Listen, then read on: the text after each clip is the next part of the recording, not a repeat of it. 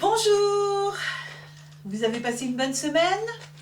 Moi aussi, merci. Alors je vous retrouve aujourd'hui pour une nouvelle aventure. Rose est une petite fille heureuse qui court partout à longueur de journée. Ça vous le savez et vous avez pu vous en rendre compte au fur et à mesure des histoires. Mais depuis 15 jours, Rose a changé. Elle ne dort plus bien. Elle fait des cauchemars. Elle n'a plus d'appétit comme avant. Elle a souvent mal au ventre. Et surtout, elle ne rigole plus, ni ne saute plus partout, comme la petite fille que l'on connaît.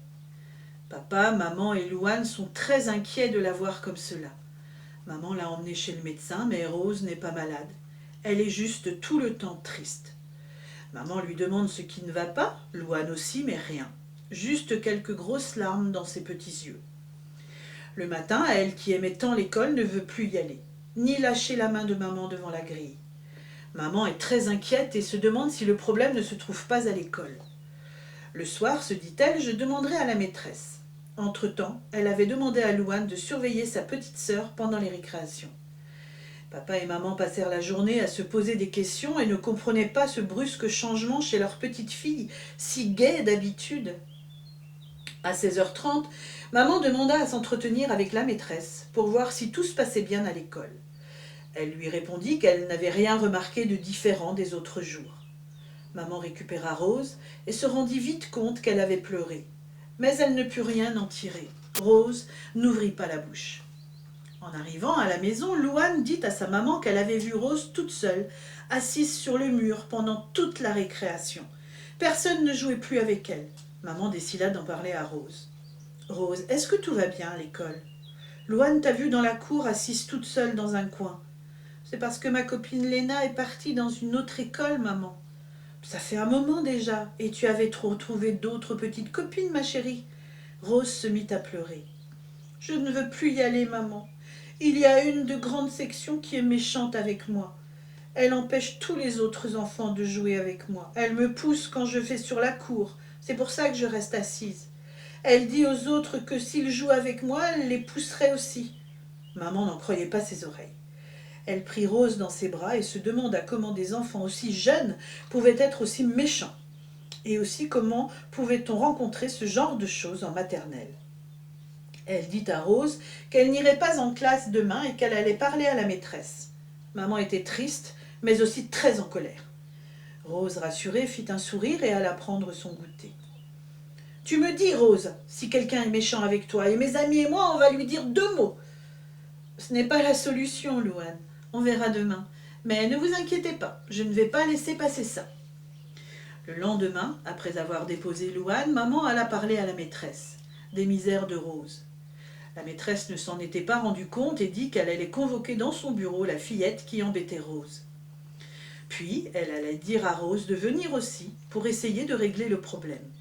Et elle promit à maman d'appeler les parents si cela continuait malgré tout.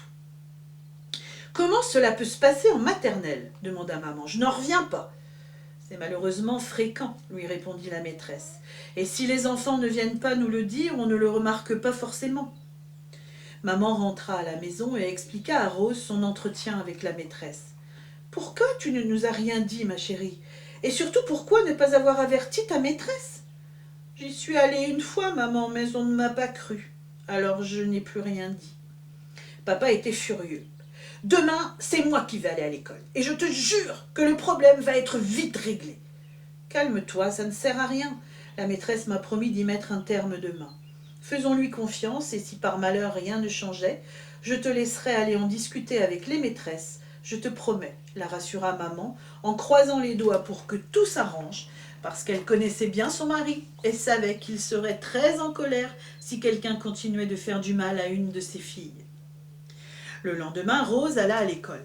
La maîtresse dit à maman que les grandes allaient venir demander pardon à Rose pour toute leur méchanceté.